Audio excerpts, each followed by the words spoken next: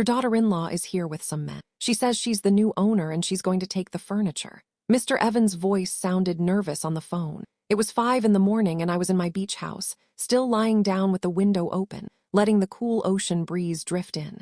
I'd come here right after Elijah's wedding, seeking peace, distance, a break from everything I'd been feeling over the last few months. I slowly sat up in bed. I didn't feel panic. I didn't feel surprise. I felt something strange, almost like satisfaction. Don't stop her, Mr. Evans. My voice came out calm, serene. Let her in. She's going to find a surprise. There was a confused silence on the other end. Are you sure, Miss Montgomery? Completely sure. Let her pass with her men. Just make sure she signs the visitor log with her full name and ID. I hung up and immediately opened the app on my cell phone, the one for the security cameras I'd installed 3 weeks ago. No one knew about them. Not Elijah, not Ryan, not even my friend Charlotte. They were tiny, invisible, strategically placed in every corner of the condo. Living room, kitchen, bedrooms, main entrance. They were all live streaming and recording directly to the cloud. The image popped up on my screen. There she was, Ryan Thurman, my daughter-in-law of barely 4 months, standing in the lobby of my high-rise, talking to the men accompanying, 3 big guys in moving company uniforms. One of them was carrying empty boxes. Another was checking something on a clipboard. Ran had her hair pulled back and was wearing activewear as if she'd come from the gym, but her face showed something else. Anxiety, urgency, determination. I watched her speak to Mr. Evans. She was gesticulating wildly, pointing toward the elevator. Although I couldn't hear what she was saying, I read on her lips something that made me clutch my phone tighter. It's my right. It belongs to me now. I tapped the screen and changed to the camera for the hallway on my floor. It was still empty, silent. My apartment door was closed, intact. I returned to the lobby image. Ryan was already getting into the elevator with the 3 men. Mr. Evans stayed behind, watching them leave with a worried look on his face. A good man. He'd worked in that building since I moved in 10 years ago. He knew my routine. He knew I'd been alone since my husband passed. He always greeted me with respect. I took a deep breath. My heart was racing now, but not from fear. It was anticipation. Like when you know something important is about to happen and you for the first time in a long time are in control. The elevator climbed. 6th floor, 7th, 8th, 9th. My condo was on the 10th. I watched the doors open and Ryan stepped out first, hurried, followed by the men. She walked directly to my door and pulled something out of her purse. A key. My key. The image was clear. The hallway camera captured everything. Ryan put the key in the lock, twisted it, and the door opened. They all entered. The light inside the apartment turned on and I switched to the interior cameras. There they were in my living room. Ryan was looking around with that calculating, evaluating expression I'd seen before, as if she were appraising every object, every piece of furniture, every detail of my life. The men waited for instructions. That couch first, I clearly heard her say. The camera audio was perfect. And that table, be careful with the vases. Those are expensive. One of the men looked at her strangely. Are you sure the owner gave permission? Ryan looked at him with annoyance. I'm the owner now. My mother-in-law signed everything over to me. She's old. She can't take care of these things anymore. It's better that they're with me. I sat perfectly still, staring at the screen, listening to every word. Old can't take care of the same phrases I'd heard from her mouth for months, but now said with such confidence, such certainty that I wouldn't be there to contradict her. Another man asked, what about the paperwork? We usually need to see something in writing. Ryan pulled a piece of paper from her purse, flashed it quickly without letting them read it well. It's all legal right here. Now move it. We have to finish before the sun comes up. Before the sun comes up, before anyone saw, before the neighbors woke up and asked questions, before anyone called the police.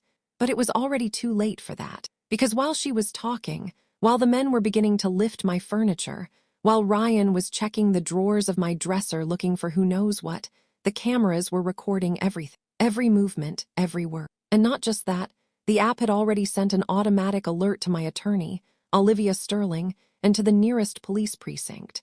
I'd set up that system 3 weeks ago, 3 weeks after the dinner at Elijah's house, where I felt sick, 3 weeks after I started noticing strange things, 3 weeks after I heard Ryan talking softly on the phone about accelerating the process. I looked back at the screen. Ryan had entered my bedroom. I watched her open my closet, check my vanity, and reach into my jewelry box. She pulled out a necklace that my late husband had given me for our 20th anniversary. She held it up to the light, smiled, and slipped it into her pocket. I'll take this one, too. One of the men appeared at the door. Ma'am, there's a lot of stuff here. Are you taking everything? Ryan turned around. Everything that's worth anything. My mother-in-law doesn't need it anymore. She's in a better place now. The way she said it, as if I were already dead, as if my life had ended and she were just picking up the remains. I closed my eyes for a moment. I took a deep breath. The sound of the ocean calmed me. When I opened them again, I touched another icon on the app. The cameras had a special feature. They could record conversations even when people thought they were speaking privately. Rhiannon had returned to the living room, took out her cell phone and called someone. She waited. Then she spoke. "I'm inside." "Yeah, with the key I took last week." "No, she's not here. She's at the beach house. Same as always. This is going to be quick." A pause. She was listening to someone on the other side. "No, the tea didn't work. Looks like she stopped drinking it. But it doesn't matter now. This is enough. Once I have everything out of here, I'll make Elijah sign the papers. He doesn't suspect a thing." Another pause, then a laugh. "Obviously, he won't like it at first, but when he sees that it's already done, what's he going to do? She doesn't have anyone else. We're her only family." My hand tightened on the phone. The tea. Those afternoons at Elijah's house when Ryan insisted I stay for a snack when she prepared that herbal tea she claimed was good for circulation, for sleep, for the nerves. That tea, after which I always felt dizzy, confused with nausea that lasted for hours. It wasn't just my paranoia. It wasn't the imagination of an older woman. It was real. Ryan continued talking. "Look, with what's in here, we can sell at least $20,000 worth, and that's not counting the con. When we sell that, that's like $200,000 more. We'll be set for years, and she won't even be able to claim anything. By the time she figures it out, everything will be in our names." She hung up and stood in the middle of my living room, looking around with that satisfied, victorious smile. I stayed seated in the bed at the beach house, phone in hand and tears I didn't know were there until I felt one roll down my cheek. It wasn't for the furniture. It wasn't for the money. It was for the betrayal. It was for realizing my son had married someone capable of this. It was for all those times I doubted myself, thinking I was overreacting, telling myself I was just a jealous mother-in-law, a bitter old woman who couldn't accept sharing her son. But that wasn't it. Ryan Thurman had planned to rob me. She had tried to poison me, and now she was in my house, in my space, touching my things, taking my life piece by piece. I looked at the time, 5:25 in the morning. The police must have already received the alert. Olivia had too. At any moment, things were going to change. But before that happened, I needed to understand how I had reached this point. How a 60-year-old independent widow who had raised her son alone after her husband died, who had worked her entire life, who had bought this apartment with her own money, had ended up being seen as an obstacle, as something to be moved out of the way. I needed to remember where all this began. It all started 4 months ago when Elijah called to say he'd met someone special. I was at the salon with Charlotte next to me. We went together every week, usually on Thursday afternoons. It had been our ritual for years. We'd get our hair done, get our nails done, and catch up on our lives. Charlotte was 62, 2 years older than me, and a widow too. We'd met in a morning walking group at the park, and we'd been inseparable ever since. When the phone rang and I saw Elijah's name, I smiled. My son didn't call as often as he used to, but when he did, he always brightened my day. "Mom, I have to tell you something." His voice sounded different, excited, nervous. "Tell me, honey, I met someone, an amazing woman. Her name is Ryan. We've been dating for 3 months, and I think she's the one." I stayed still under the hair dryer. Charlotte looked at me curiously. 3 months and I knew nothing. 3 months and he had never introduced her. I swallowed the little pang I felt in my chest and smiled even though he couldn't see me. "That's wonderful news, Elijah. I'm so happy for you. I want you to meet her. How about you both come over for dinner at my place on Saturday? You and your friend Charlotte, if she wants to come." I accepted. Of course I accepted. He was my son, my only son. The man I had raised alone after his father died of a heart attack when Elijah was barely 17. 13 years had passed since then. 13 years in which my life had revolved around making sure he was okay, that he finished college, that he got a good job, that he was happy. Saturday arrived and I went to his condo with a bottle of wine and a dessert I'd bought at Elijah's favorite gourmet bakery. Charlotte came with me. She always said I needed witnesses for the important moments in my life. Ryana opened the door. She was younger than I expected. 32, I would learn later. Almost 15 years younger than Elijah. Tall, thin, with long, dark hair, perfect makeup, and expensive clothes. She smiled widely when she saw us. "Ms. Montgomery, it's wonderful to finally meet you. Elijah talks about you all the time." She hugged me. It was a long, tight hug, as if we were old friends.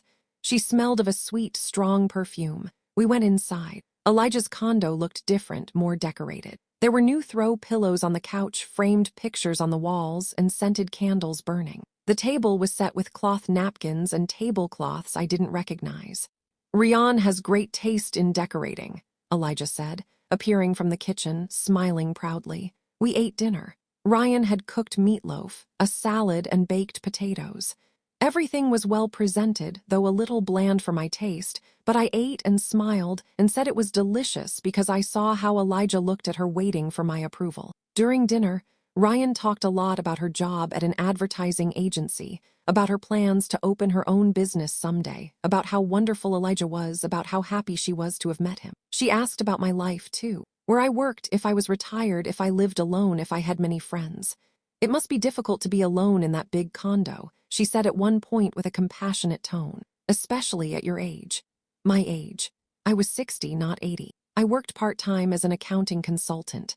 I went to the gym 3 times a week. I had a group of friends I saw regularly. I drove my own car, paid my own bills, and traveled when I wanted. I didn't feel alone. I didn't feel incapable. But the way she said it, as if it were an obvious fact, made me uncomfortable. "I'm doing just fine," I replied simply. "I like my independence," Ryan smiled. Of course. But still, if you ever need help with anything, Elijah and I are here. We're family now." "Family?" They'd been dating for 3 months and she was already talking about family. Charlotte glanced at me sideways. I knew that look. It was her way of saying, "Be careful." After dinner, Ryan's insisted on preparing tea. I brought some special herbs. They're great for digestion and for relaxing. She returned from the kitchen with 4 steaming cups. The tea had a strange smell, something between mint and something else bitter that I couldn't identify. I drank a little out of politeness. Charlotte barely tasted hers. Elijah finished his whole cup, praising the flavor. Ryan watched us as we drank, smiling. Half an hour later, I started to feel dizzy, a mild dizziness at first, then stronger. The room seemed to be moving slightly. I told Elijah I should leave, that I was tired. Charlotte drove me home in my own car because I didn't feel capable of driving. "I don't like that woman," Charlotte said when we were in the elevator going up to my condo. "There's something off about her." "And did you taste the flavor?" I had noticed it too, but I hadn't wanted to admit it. I hadn't wanted to be that mother-in-law, that woman who never accepts anyone because no one is good enough for her son. In the following weeks, Ryan started appearing more in my life. Calls to invite me out for coffee, WhatsApp messages asking how I was doing, surprise visits to the condo with Elijah, always kind, always smiling, always with that tone of concern that seemed genuine but made me feel observed. "Are you eating well, Miss Montgomery? You look a little thin. Are you sleeping enough? You have dark circles. Isn't it too much for you to live alone on a 10th floor? What if something happens to you and no one finds out?" Each comment was like a drop of water. One alone means nothing. But when they accumulate, they start to bore a hole. Elijah changed, too. He started repeating Ryan's phrases. "Mom, are you sure you're okay?" Ryan says, "You look tired." "Mom, wouldn't it be easier if you lived in a smaller place?" "Mom, you should think about the future, about what will happen when you can't take care of yourself anymore." I was 60 years old. I worked. I went out. I traveled. But suddenly they were making me feel as if I were on the verge of incapacitation. 1 month later, Elijah called me with more news. They were getting married in 3 months. Ran had already planned everything. A small, intimate wedding, just close family and a few friends. I, of course, was expected to pay for part of the expenses. I was the groom's mother. It was my responsibility. I contributed $5,000, money I had saved for years, money I had set aside for emergencies or a special trip. But it was my son's wedding. How could I refuse? The wedding was beautiful. Ryan wore a stunning white dress that, according to Elijah, cost $3,000. There were flowers everywhere, live music, expensive food, everything very elegant. I smiled in the photos. I hugged my son. I welcomed Ryan into the family. During the reception, I heard something that chilled me to the bone. I was in the restroom touching up my makeup when I heard voices on the other side of the door. It was Ryan talking to someone, a friend, I assumed. "I'm telling you, this marriage is the best investment I've ever made. Elijah is easy to manage, and the old lady has money. A condo worth $200,000, savings, a beach house, and the best part is she doesn't have anyone else.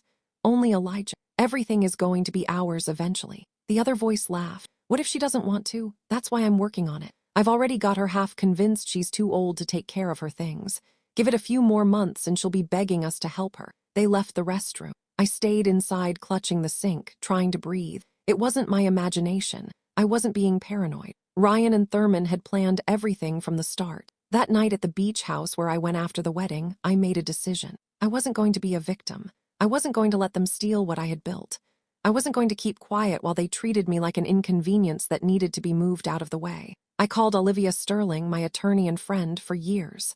I told her everything, every strange detail, every out-of-place comment, every moment I felt manipulated. Aisha, you need to protect yourself, she told me. And you need evidence because if this goes legal, your word alone won't be enough. She'll say you're confused, that you're paranoid, that your age is affecting you. It was Olivia's idea to install the cameras.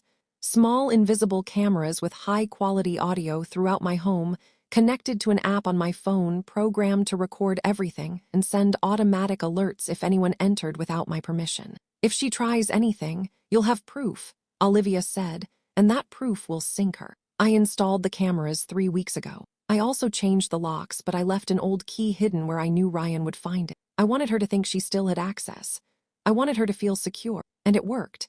Because now, as I sat in the beach house looking at my phone, she was in my condo, stealing my things, confessing her plans, burying herself. 2 weeks after the wedding, while I was still processing what I'd heard in the restaurant, Ryan started the next phase of her plan. She invited me to lunch at her condo. Well, now it was her and Elijah's condo. He had bought it 2 years ago with my help, a loan of $10,000 that he never paid back, but it didn't matter. He was my son and I wanted to help him. I arrived with a potted plant as a housewarming gift. Ryan opened the door wearing an apron as if she had been cooking all morning. The house smelled of home-cooked food. She hugged me with the same exaggerated enthusiasm as always.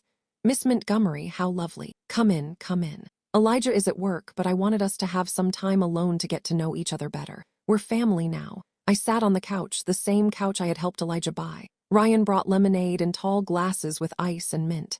As we drank, she asked me about my daily routine. You still go to the gym 3 times a week? Isn't that too tiring? I enjoy it. It keeps me active. She nodded with that knowing, understanding expression. That's admirable, but you have to be careful. At a certain age, your body doesn't respond the same way. My grandmother fell at the gym 2 years ago. She fractured her hip. She never walked properly. I took another sip of lemonade. It tasted strange, too sweet, with a bitter note at the end. And that condo is so big, Ryan continued. 10 floors high, so many rooms. Don't you feel lonely up there? Aren't you afraid something might happen and no one will find out? I have friends who live nearby. Charlotte comes over often. Yes, but still. A woman your age living alone. Elijah worries about you a lot. You know, he always says he's anxious to think about something bad happening to you. My age again, as if 60 years old were synonymous with incapacity. We ate baked chicken with vegetables for lunch.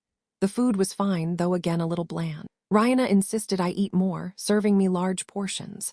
After lunch, she prepared that tea again, the same one from the first dinner, the same herbs with that strange smell. It's wonderful for digestion and helps you sleep better. You mentioned you sometimes have insomnia. I had never mentioned that. I slept perfectly well, but she said it with such certainty that for a moment I doubted my own memory. I drank the tea out of politeness.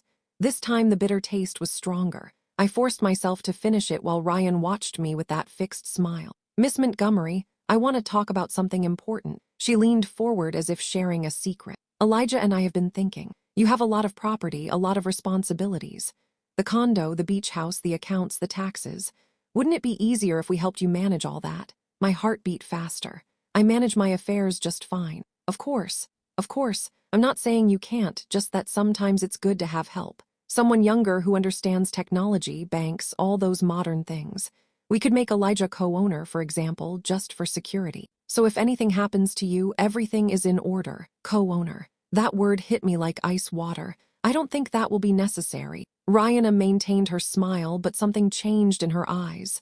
Well, think about it. It's just a suggestion. We only want to take care of you. Half an hour later, I started to feel sick again. The same dizziness as the first time. Nausea. The room swayed slightly. I told her I should leave. Ryan insisted on calling a taxi, saying I wasn't in a condition to drive. She was right. I wasn't. In the taxi on the way home, I opened my WhatsApp. I had messages from my gym friends, photos of Charlotte at the park, a video from my niece in Spain. Real people, real life, reminding me that I wasn't alone or useless, as Ryan wanted me to feel. In the following days, Ryan's calls and messages intensified. Good morning, Miss Montgomery. Good afternoon. How did you sleep? What did you do today? Every message was disguised as concern, but it felt like surveillance.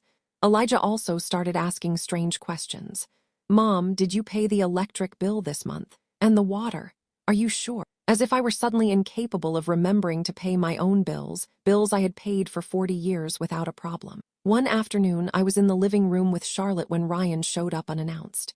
She rang the doorbell, came up without me giving permission, and arrived at my door with a grocery bag. I brought you some things, fruit, bread, milk. I was passing by and thought of you. Charlotte was sitting in my living room. She looked at Ryan with that expression I already knew. Distrust. That's very kind of you, I said, taking the bag. I hadn't invited her in, but she entered anyway. What a big She walked through the living room looking at everything, touching the furniture. And those paintings are valuable. They were your husband's, right? Beautiful. It must be hard to keep all this clean. So many rooms, so many things.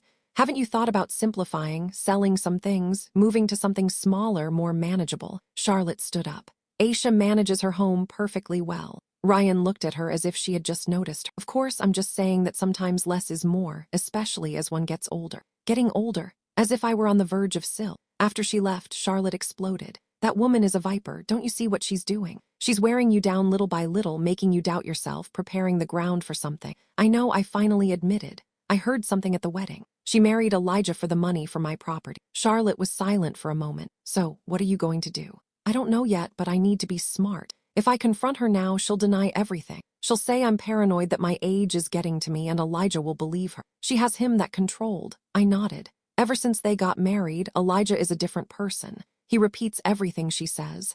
He looks at me differently, as if I were a burden. The next day, Rhiannon sent another message. We need to talk about something important. Can you come to dinner tonight? I went against my better judgment. I went because I still had that small hope that I was wrong, that Ryan cared, that my son hadn't traded me for a woman who only saw dollar signs where she should see family. The dinner was tense.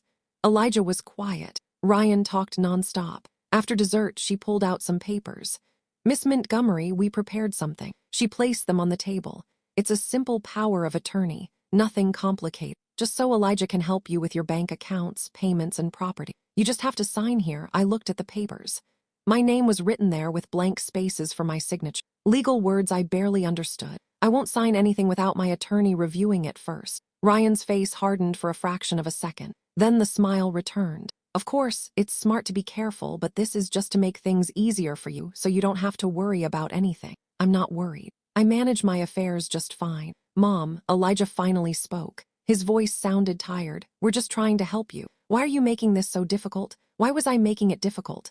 As if taking care of my own things were an act of stubbornness and not common sense. I stood up. I'm leaving. Ryan stood up too. It's fine. Take the papers. Think about it calmly. But truly, Miss Montgomery, this is for your own good. We only want to protect you. Protect you. That word haunted me all the way home because I knew that when people say they want to protect you, sometimes what they really want is to control you. The week after I refused to sign the papers, everything got worse. Elijah stopped answering my calls as often. When he did, his responses were short, cold. Ryan, on the other hand, called me more, always with that sweet, concerned voice that was already getting on my nerves. Ms. Montgomery, Elijah is very sad. He says you're not treating him well, that you're ignoring him, that you're cold to her. I was at the park with my walking group, 5 women between 55 and 68, all widows or divorced, all independent. We met 3 times a week at 6:00 in the morning to walk 3 miles around the lake. Afterward, we drank coffee at the kiosk and talked about our lives. I didn't reject anyone. I told Ryan, moving a little away from the group. I just said I needed my attorney to review the papers. That's normal. Yes, but Elijah felt like you don't trust him. Like you think he's going to do something bad to you, Ryan. They are my properties. I have the right to be careful. There was a silence. Then her voice changed slightly colder. Right, you have a point. Well, I hope your attorney tells you everything is in order. We only want the best for you, even if you don't see it that way. She hung up. I returned to my friends.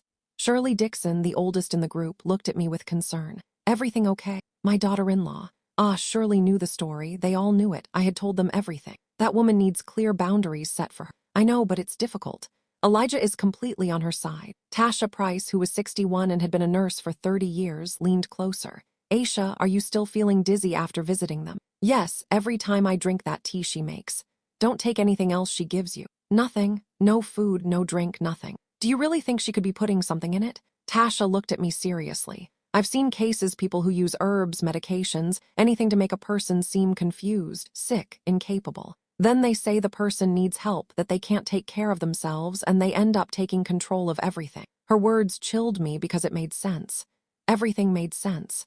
That afternoon, I went to see Olivia Sterling. Her office was downtown in an older but well-maintained building. Olivia was 65 with completely white hair. She wore short, thick glasses and a brilliant legal mind. She had been my attorney since my husband passed away. I showed her the papers Rian had wanted me to sign. Olivia read them in silence.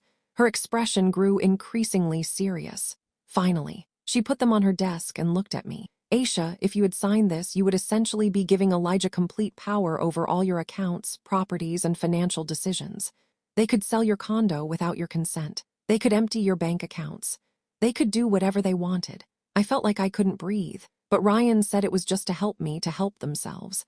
This isn't a document of help. It's a document of transfer of power, and it's drafted in a very clever way. Any judge who sees it will think you are not in a condition to handle your own affairs.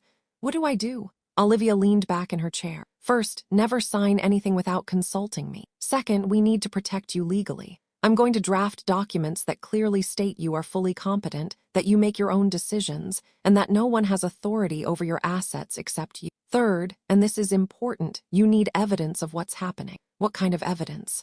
Recordings, messages, anything that proves they are manipulating you. Because if this goes to court, and I suspect it might, your word alone won't be enough. They will say you're confused, that your age is affecting you. They will paint you as a senile old woman who doesn't know what she's doing. That word old, as if being 60 automatically made me invalid. What if I install cameras in my condo? Olivia raised an eyebrow. Cameras to record if they try to enter without my permission or if they say anything incriminating when they're there. It's your property. You have every right to install security cameras. And yes, they could be useful as evidence. I left her office with a plan. That same afternoon, I searched online. I found small wireless cameras with hide audio. They connected to an app on my phone and automatically recorded when they detected motion. They saved everything to the cloud. They cost $800 for a package of 6 cameras. I bought them without thinking twice.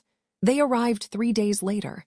I spent an entire afternoon installing them. In the living room, hidden behind a picture frame, in the kitchen, above the refrigerator, in my bedroom, on the bookshelf, in the dining room, in a decorative plant, in the study, behind some books at the entrance, camouflaged in the smoke detector. I downloaded the app, configured the notifications, and tested them. Everything was perfect. I also changed the locks on my condo, but in a clever way. I hired a locksmith and asked him to leave the old, inoperable lock installed and put a new one right underneath it. From the outside, it looked like there was only one lock, but the old key that Ryan had probably copied no longer worked at all. And then I waited. I didn't have to wait long. 2 days later, I was at the supermarket when my phone vibrated. A notification from the cameras. Motion detected in the apartment. I opened the app. My heart pounded. It was Ryan. She was in my living room alone, walking slowly, looking at everything. She opened the drawers of my dresser, checked the papers inside. She took photos with her phone of some documents. Then she went to my bedroom, opened my closet, checked my jewelry box, took a ring my husband had given me, and put it in her purse. She stayed in my condo for almost 20 minutes, checking, photographing, touching my things as if they were already hers. When she left, I sat down in the middle of the supermarket aisle, my shopping cart forgotten, beside me, looking at my phone. My hands were shaking. It wasn't paranoia, it was real. Ryanin was planning to rob me. That night, Elijah called me. Mom, Ryanin told me you're not treating her well, that you're ignoring her, that you're cold to her. Elijah, how did Ryan get into my condo today? Silence. What? She was in my condo this afternoon. Did you give her a key? She said she needed to pick up something you had lent her. I didn't lend her anything, and she was going through my drawers, my documents, my personal things. Does that seem normal to you? Mom, don't start with your theories. Ryan wants to help you and you just push her away. You're being paranoid. Paranoid, that word again. Elijah, I have cameras. I recorded her going through my things, taking pictures of my documents, stealing a ring. Another longer silence. Cameras? Since when do you have cameras? Since I started suspecting that something wasn't right. This is ridiculous. You're spying on your own family. Mom, I think you need help, professional help. Maybe talk to a doctor about this, a doctor. They wanted to declare me incapable, mentally ill. Convenient. I don't need a doctor, Elijah. I need you to understand that your wife is not who she says she is. I'm not going to listen to this. Ryan is my wife, and if you can't accept her, then maybe we need to take some distance. He hung up. I stood there with the phone in my hand in my empty condo, feeling everything crumble. My only son had just chosen a woman he'd known for months over the mother who had raised him alone for 13 years.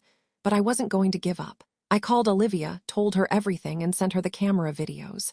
"This is perfect," she said. "We have evidence of trespassing, and if she stole something, it's also theft. Aisha, you've got her. And now what? Now we wait. Let her think she's in control. Let her keep moving. The more she does, the more evidence we have." It was the hardest advice to follow because every fiber of my being wanted to confront her, scream at her, show her that I knew, but I kept quiet and waited. The final humiliation came at the family lunch and organized 2 weeks later. She called me on a Tuesday morning. Her voice sounded cheerful, as if nothing had happened, as if I didn't know she had entered my condo without permission, stolen my ring, and photographed my documents.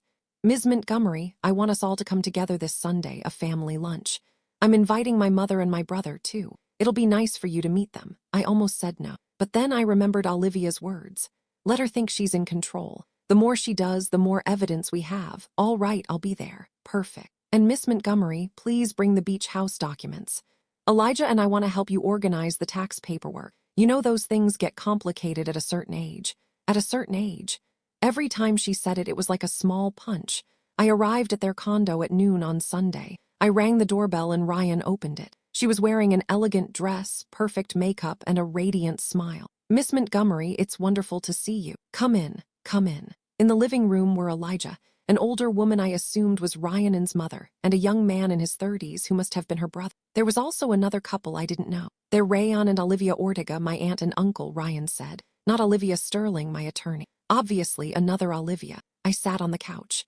Ryan's mother looked me up and down with an expression I couldn't decipher. The brother didn't even greet me. He just nodded as he checked his phone. Ryan brought wine. I politely declined and asked for water. I wasn't going to drink anything she gave me. I had learned that lesson. During lunch, Ryan dominated the conversation. She talked about her business plans, about how well Elijah was doing at work, about how happy they were together. I ate in silence, responding only when asked something directly. After dessert, Ryan changed her tone. "Well, now that we're all family, there's something important we want to She looked at Elijah. He looked uncomfortable but nodded. "We've been worried about Ms. Montgomery." All eyes turned to me. "Lately, we've noticed she's been very forgetful," Ryan continued with that soft, concerned voice.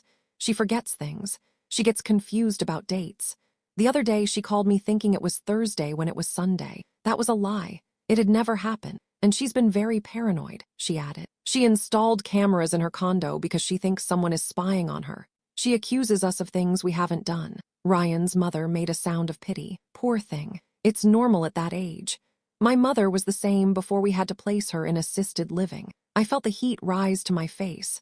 "I am not confused. And I installed the cameras because someone entered my condo without my permission." Ryan looked at me with that expression of infinite patience, the way you look at a child who was talking nonsense. "Miss Montgomery, I went in because you had told me I could stop by to pick up that book you lent me. Don't you remember?" "I never lent you a book, Ryan." Ryan looked at the others. "This is what I'm talking about. She doesn't remember things." Elijah intervened. "Mom, we're worried. Seriously, living alone in that big condo isn't safe for you anymore. You've had falls. I've never fallen. You fell in the bathroom 2 weeks ago. You told me on the phone. That wasn't true either." I had never said that. Ryan's brother spoke for the first time. "Look, ma'am, I know it's hard to accept, but my grandmother was the same. She started by denying anything was wrong and ended up lost on the street, not remembering her address." I stood up. "I am not going to stay here and listen to this." Ryan stood up too. "Ms. Montgomery, please sit down. This is important. We love you. We want to help you, and that's why we've prepared a solution." She pulled some papers out of a folder that was on the table, papers different from the first time. "We spoke with an attorney. This is a voluntary guardianship. Basically, you agree that you need help managing your affairs and authorize us to do it for you. It's the best way. That way you can continue living peacefully without worrying about anything." I looked at the papers. Then I looked at Elijah. My son, the man I had raised, wouldn't look me in the eye. "I will not sign that." Rannon's mask fell for a second. I saw pure rage in her eyes, but she quickly recomposed herself. "Ms. Montgomery, if you don't sign voluntarily, we'll have to initiate a legal process. We have witnesses." She pointed to everyone in the room. "Everyone here can confirm that you are not well, that you are confused, that you need help. A judge will order a psychological evaluation. And when that evaluation proves you can't take care of yourself, they'll assign you a guardian anyway. Better that it's family. Don't you think it was a trap? A perfect trap. If I signed, I lost everything." If I didn't sign, they would legally force me. And they had witnesses willing to lie for her. I felt something break inside me. It wasn't fear. It wasn't sadness. It was a cold, absolute clarity. I need to use the restroom. Ryan smiled. Of course, it's the first door on the left. I went to the restroom, closed the door, and took out my phone. I texted Olivia, my real attorney. They are trying to force me to sign guardianship. They have false witnesses. I need help. Her response came in seconds. Don't sign anything. Get out of there. I am initiating legal action immediately. We have the recordings. This is coercion. I took a deep breath, washed my face, and looked at myself in the mirror. I saw a 60-year-old woman who was tired. Yes, scared too, but not defeated. I left the restroom. Everyone was waiting for me in silence.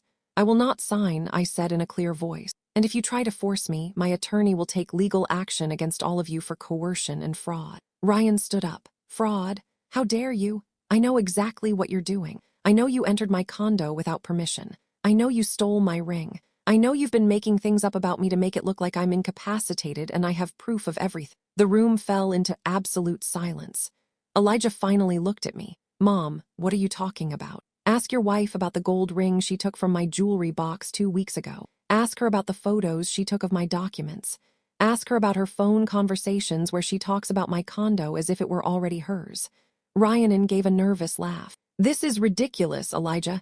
Do you see what I'm talking about? She's delusional. I have recordings, I said simply. The color drained from her face.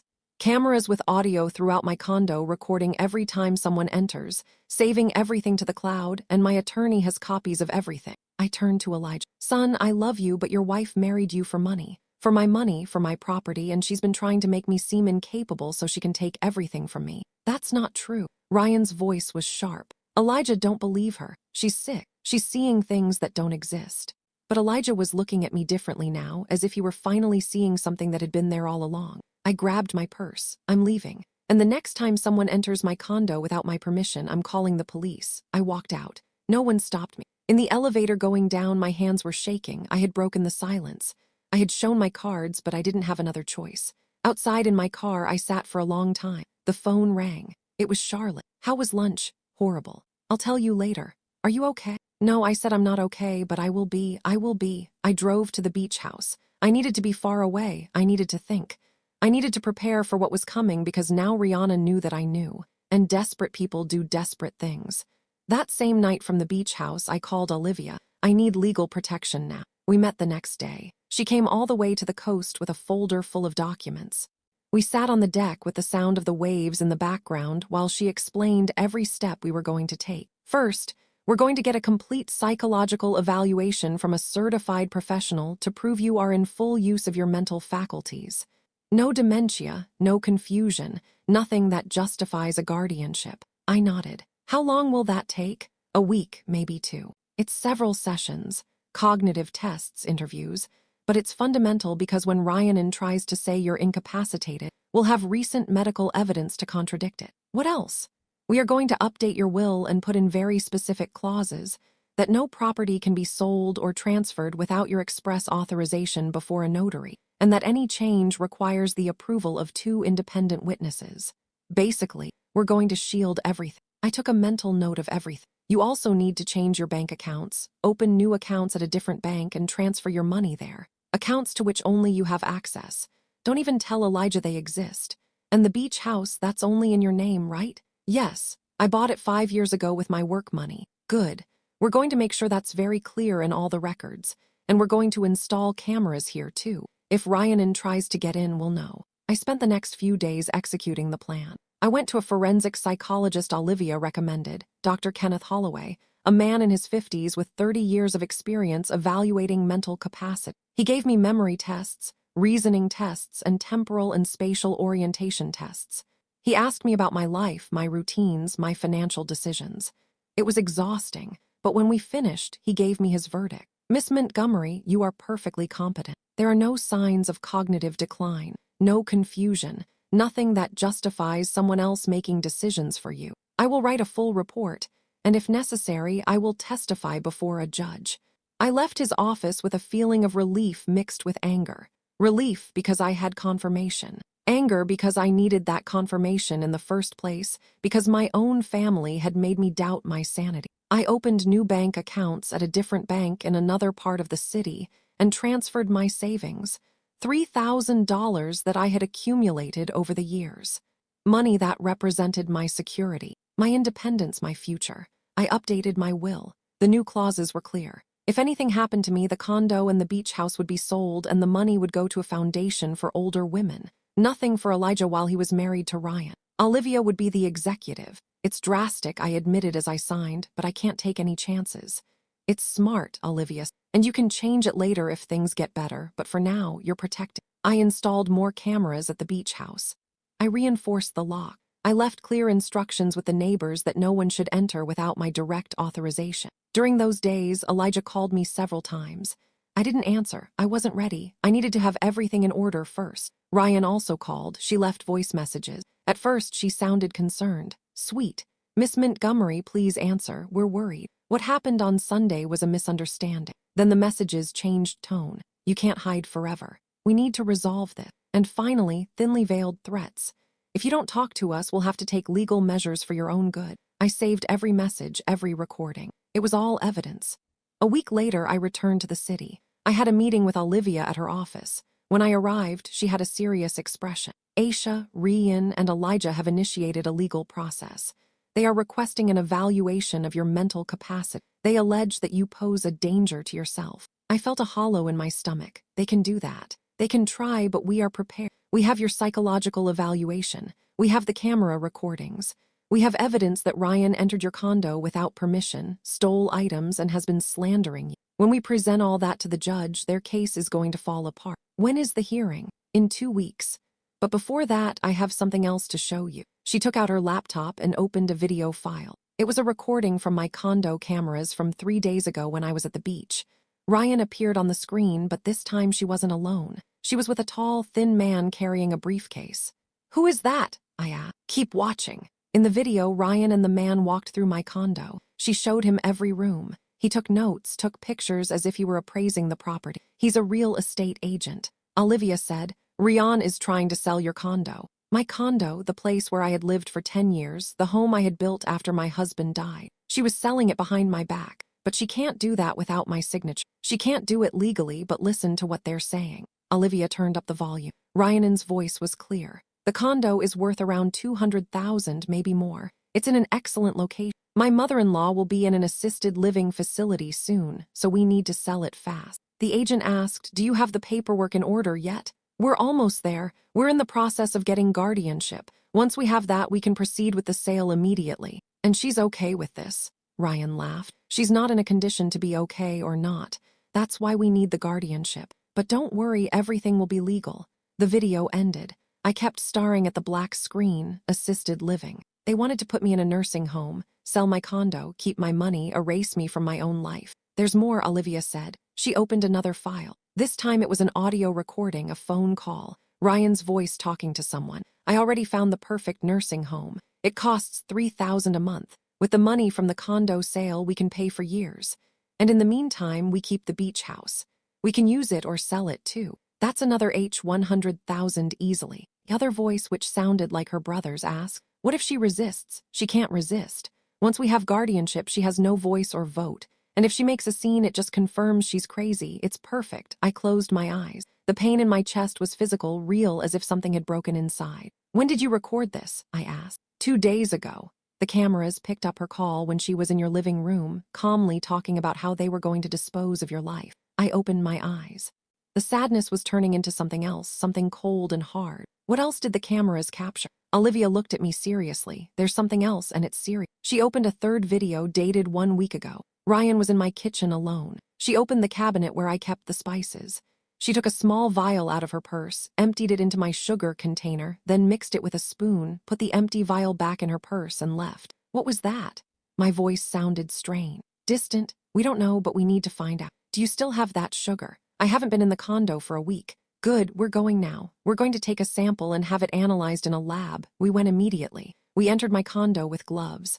Olivia took out a sealed bag. She opened the sugar container, took a sample with a clean spoon, and sealed. I'll take this to a private lab. We'll know what it is in 48 hours. Those 48 hours were the longest of my life. I couldn't sleep. I couldn't eat. I only thought about that vial, about Ryana mixing something into my sugar, about all the times I had had coffee with sugar in the last few weeks, about the dizziness, the confusion. When Olivia called with the results, I already knew they would be bad. It was a sedative, high-doses benzodiazepines, enough to cause disorientation, dizziness, and memory problems. If you had kept consuming it, it would have eventually caused symptoms that would look like dementia. I sat down slowly. She was poisoning me. Yes, and we have the video evidence. Aisha, this is no longer just financial manipulation. This is attempted physical harm. This is criminal. 2 days after discovering the poison, I was at the beach house when the alarm sounded. 5 in the morning. My phone vibrated against the table. Mr. Evans, your daughter-in-law is here with some men. She says she's the new owner and she's going to take the furniture. I opened the camera app. There she was, Ryan Thurman, standing in the lobby of my building with 3 large men moving company uniforms and a truck parked outside. Don't stop her, Mr. Evans. Let her in. She's going to find a surprise. I hung up and immediately called Olivia. She answered on the second ring, her voice alert. Aisha, what happened? Ryan is at my building. She's coming to take my furniture with men and a truck. Perfect. Don't do anything. The cameras are recording everything. I'm calling the police right now. Give them your condo address. Trespassing in progress. And if they take anything before they get there, even better charges. Just stay calm. This is exactly what we needed. She hung up. I sat in bed, my heart pounding, looking at my phone screen. I watched Ryan talk to Mr. Evans.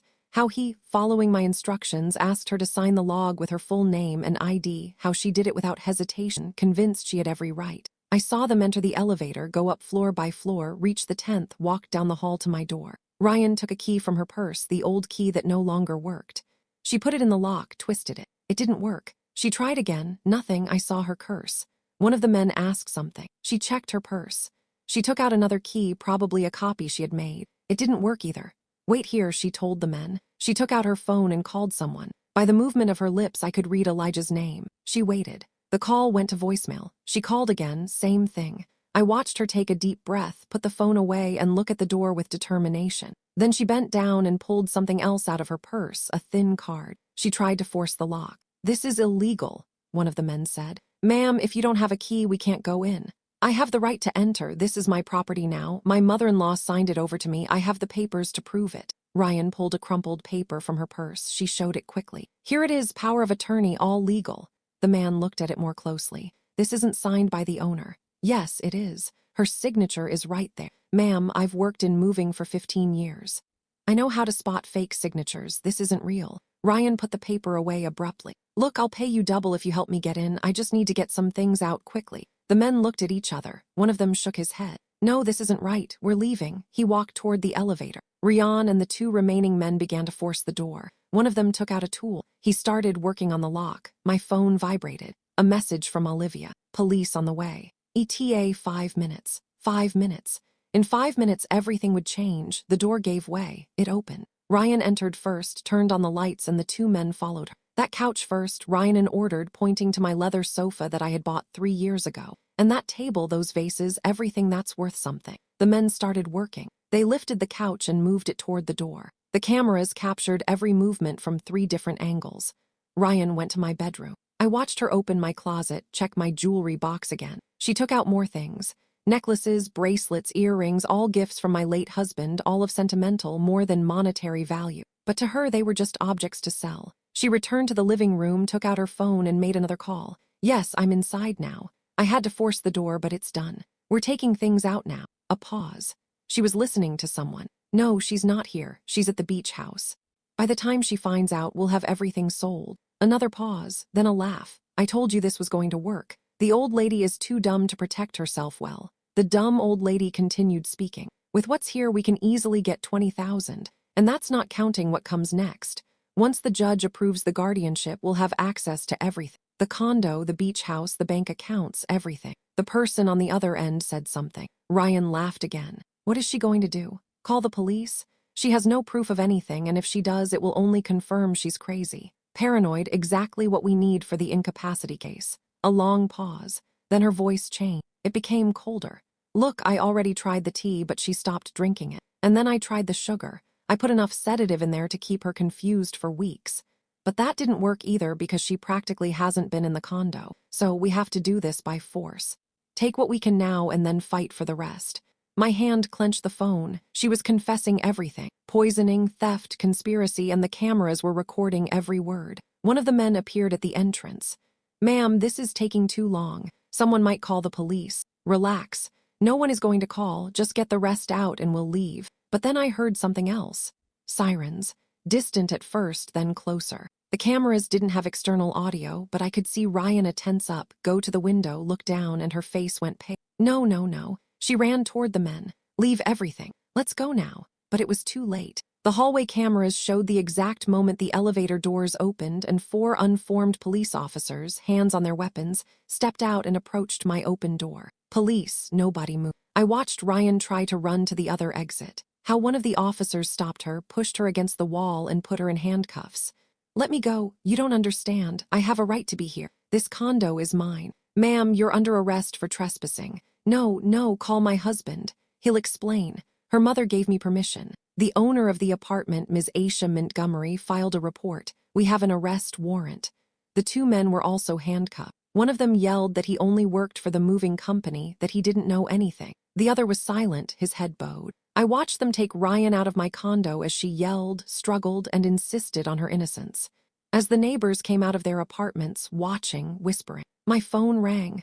"Olivia, you saw everything. The recordings are already being sent to the district attorney's office. We don't just have trespassing. We have attempted theft, forgery, and most importantly, we have her confession about the poisoning. Aisha, this is a solid criminal case."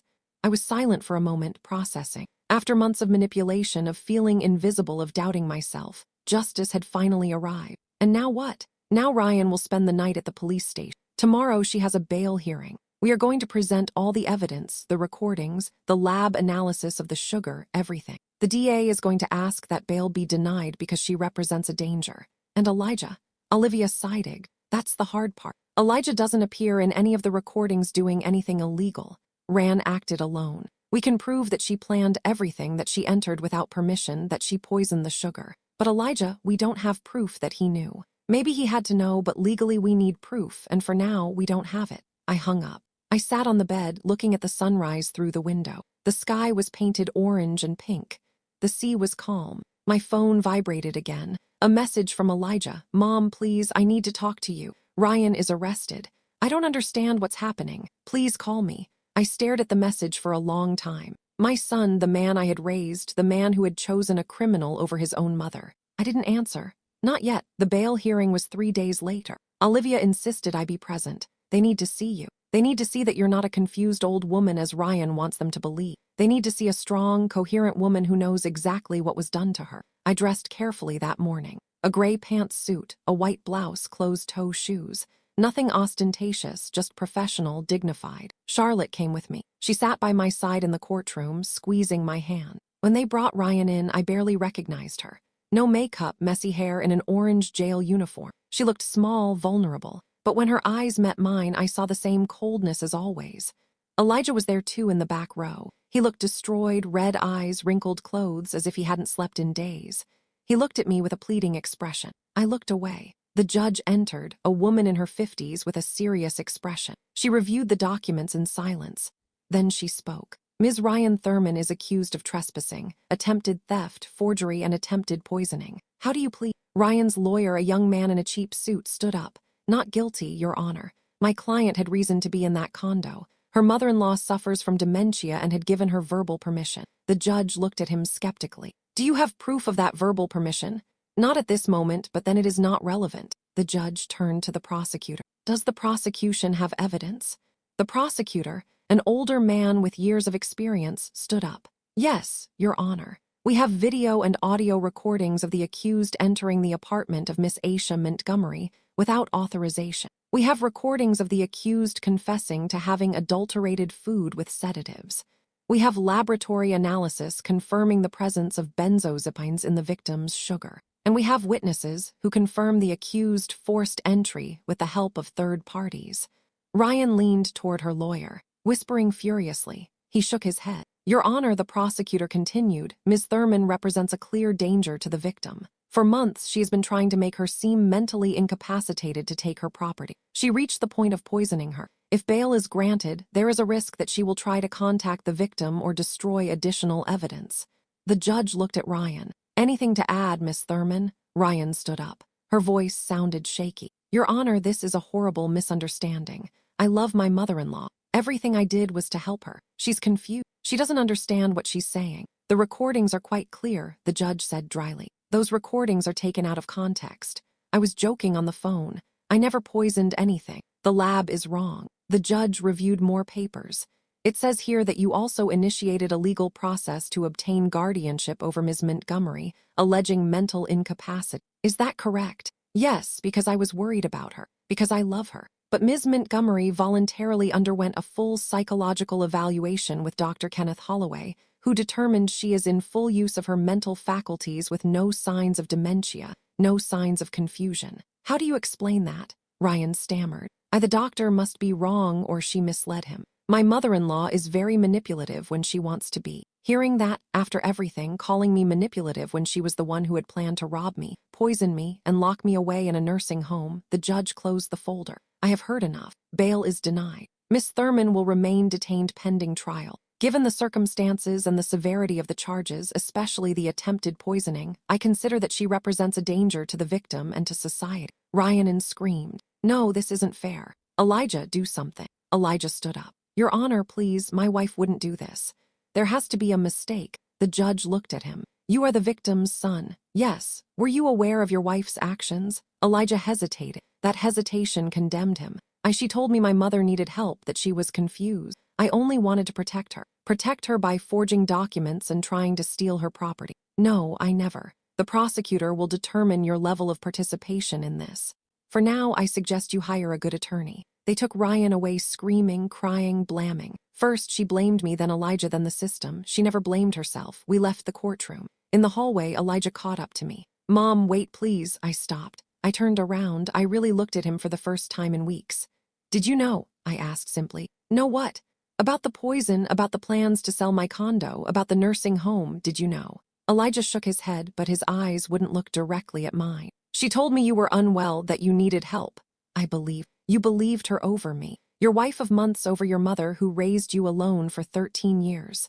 I didn't know it would go this far. You have to believe me. You didn't know, Elijah. How many times did I tell you something was wrong? How many times did I tell you I felt sick after visiting them? How many times did I try to tell you Ryan wasn't who she said she was? And every time you called me paranoid. You told me I was overreacting. You made me doubt my own reality. His voice cracked. I'm sorry. You're sorry? The rage I had been suppressing for months finally came out. I almost ended up in a nursing home, Elijah. Your wife poisoned me. She made me feel crazy. She planned to steal everything I own. And you helped her. Maybe not directly, but your silence, your denial, your decision to believe her and not me. That was helping her too. Mom, please, she's my wife. I have to support her. Those words landed like a final blow. Then support her. Visit her in jail. Pay for her attorney. Stay by her side while she faces criminal charges. But don't ask me to understand. Don't ask me to forgive, because I also had to make a choice. And I chose to protect myself. I chose to believe in myself when no one else would. So what? I'm not your son anymore. You will always be my son, but that doesn't mean I have to accept how you treated me. That doesn't mean everything goes back to how it was, because it can't be. Not after this. Charlotte took my arm. Aisha, let's go. I looked at Elijah one last time. I saw the boy he had been, the young man I had raised, the man he had become, and I realized I had failed at some point. Not in raising him, not in loving him, but in teaching him that love doesn't mean sacrificing your dignity, that family cannot ask you to annihilate yourself. If you ever understand what you did, I told him, if you ever truly grasp the damage you caused, then we can talk, but until that day, I need distance. I turned and walked away. In the car, Charlotte drove in silence for a while, then spoke. You did the right thing. It doesn't feel like the right thing. It never feels that way at first, but in time you'll see it was necessary. That night, alone at the beach house, I sat on the deck looking at the ocean. My phone rang. A message from Olivia. The DA is proceeding with all charges against Ryan. The trial will be in 3 months. Your testimony will be critical. Are you prepared? I looked at the message. 3 months. 3 months of waiting, of remembering, of reliving everything, but also 3 months of healing, of rebuilding, of learning to be myself again. I replied, I'm prepared. And I was, because for the first time in a long time, I wasn't afraid. I had clarity, I had strength, and I had something Ryan could never take from me. I had my truth. The trial arrived 3 months later. During that time, I lived peacefully at the beach house. Charlotte visited every weekend. My friends from the walking group called often, sending messages of support, photos of their lives. Shirley sent me a video of her granddaughter dancing. Tasha shared healthy recipes, small gestures that reminded me I wasn't alone. I went back to the gym. I resumed my yoga classes. I cut my hair shorter, a change I had wanted to make for a long time but never dared to. I took selfies with Charlotte at the salon and uploaded them to my WhatsApp. I felt alive again. Elijah tried to call me several times during those months. I didn't answer. I wasn't ready. Maybe I never would be, and I had to accept that possibility. The day of the trial, I arrived early. I wore a light blue dress, simple but elegant. Olivia was waiting for me at the courthouse entrance. "Ready?" she asked. Ready? The room was full. People I didn't know, reporters. Apparently the case had drawn attention. A story about an older woman defending herself from a manipulative daughter-in-law resonated with many. Ryan entered with her attorney. She looked different, thinner, her hair shorter, but her eyes were still the same. Cold, calculating. The trial lasted 2 weeks. Evidence upon evidence was presented. The camera recordings were played in the courtroom. I watched the jurors react when they heard Ryanin confessing to the poisoning. I saw their faces turn to disgust when they watched her going through my drawers, stealing my things, planning my confinement. The lab analysis of the sugar was presented. The doctor who analyzed it testified that the amounts of benzodiazepines found were enough to cause severe confusion, short-term memory loss, and disorientation, symptoms that could easily be mistaken for dementia. Dr. Kenneth Holloway, the forensic psychologist, testified about my evaluation. He explained in detail that I was completely competent with no signs of cognitive decline, that I was an intelligent and articulate woman with full control of her mental faculties. Mr. Evans, the building superintendent, testified about the morning Ran arrived with the men. He confirmed that she had claimed to be the new owner, that she had tried to take my belongings. The movers who accompanied her also testified. One of them, the one who refused to participate, explained that Ryan had offered them $3,000 to help her force entry, that she had shown them fake documents. And finally, it was my turn. I took the stand. I swore to tell the truth. I sat in front of a room full of strangers who now knew the most intimate details of my life. The prosecutor asked me questions about my relationship with Elijah, how I met Ryan, the changes I noticed, the dizziness, the manipulation, the fear. I spoke in a clear, firm voice without crying, without dramatizing, just the truth. She made me doubt myself, I said at one point. She made me feel like I was losing my mind, that my age had made me incapable. And the worst part is I almost believed her. I almost accepted that maybe I was confused, that maybe I did need someone else to make decisions for me. But then I realized something important. "What did you realize?" the prosecutor asked. "I realized that being 60 years old doesn't make me incompetent. That being a widow doesn't make me vulnerable, that living alone doesn't make me weak. I am a woman who worked her whole life, who raised a son alone, who bought her own property with her own money, and no one has the right to take that from me. No one has the right to make me feel less than I am." I saw several women in the audience nod. I saw tears in some eyes. Ryan's attorney tried to discredit me during cross-examination. He asked about my age, about whether I took medication, about whether I sometimes forgot things, but every question had a clear answer. I didn't take medication. I didn't forget things, and my age was not a disease. After 2 weeks, the jury deliberated. 3 hours later, they returned with the verdict. Guilty on all counts. Rhiannon screamed. Her attorney tried to calm her, but there was nothing to be done. The evidence had been overwhelming. Sentencing came 1 week later. 5 years in prison for trespassing, theft, and forgery, and 3 additional years for attempted poisoning. 8 years in total. When the judge delivered the verdict, I felt something strange.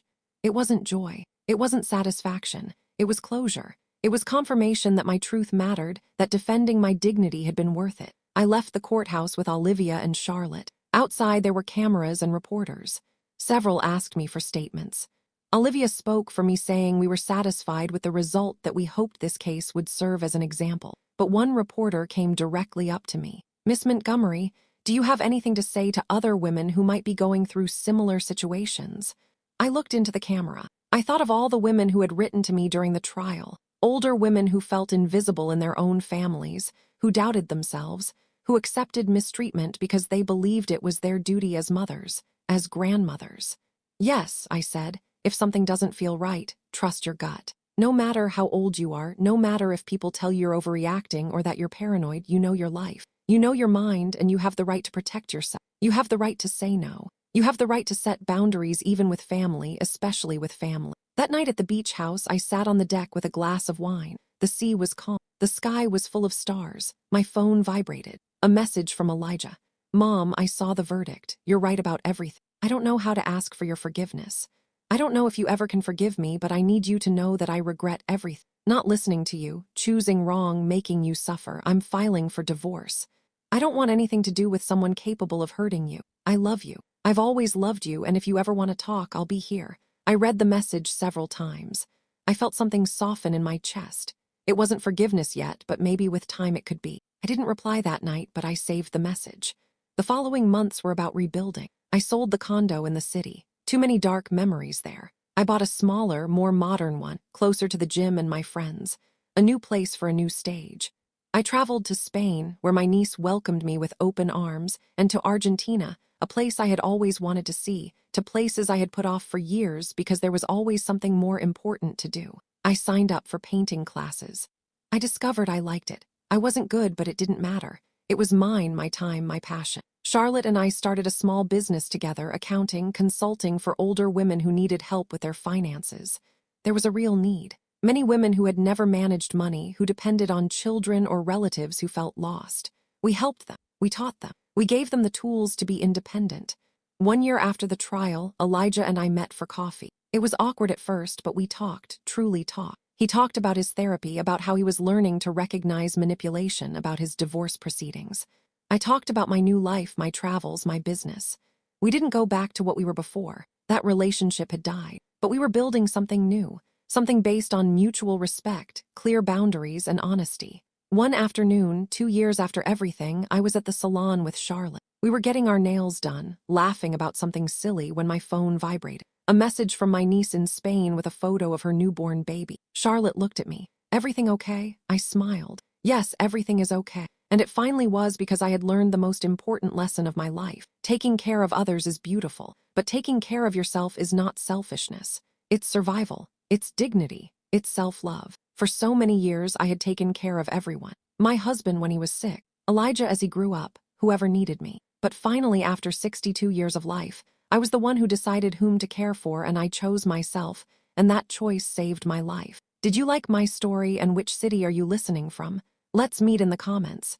If you like the story, you can support me by sending a super thanks so I can keep bringing more stories like this. Thank you so much for your sweet support. I'm looking forward to your comments on the story. On the screen, you can see 2 new life stories that I highly recommend. There's so much more on my channel. Don't forget to subscribe. See you in the next life story, with love and respect.